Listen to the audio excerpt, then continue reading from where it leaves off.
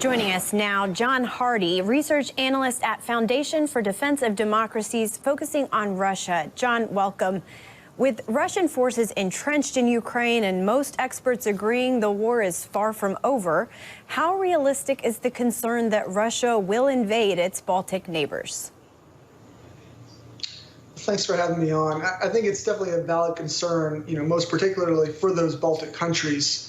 However, I think fortunately for us, Putin does have a healthy respect for NATO and particularly U.S. military power. So I don't think he wants any part of a fight with the United States.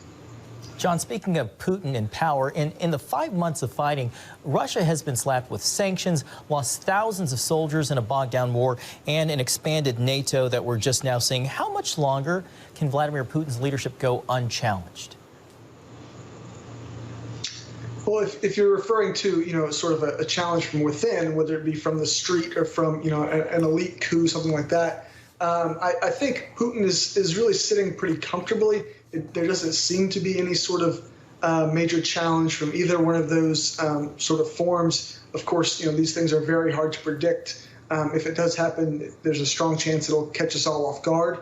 But, if I were Putin, I wouldn't be too worried about that. In terms of how long Putin can carry on in Ukraine, I'd say it probably at least a year, give or take. I think the Russians have enough ammo and equipment to sustain it probably about that long. The question really is manpower. They're trying to do some things to sort of mobilize on the cheap, but Putin doesn't want to, deploy conscripts en masse or sort of declare like a general mobilization, basically for political reasons. So with those political constraints, I'd say maybe a year or so. As we heard in George's report, NATO is ramping up its rapid response force to 300,000, saying it's a defensive move. How does Russia not see that as an offensive military posture that might provoke further escalation? Well, just to be clear, we won't necessarily put all these troops, right on the border. These forces will be high readiness forces that we can, deploy quickly.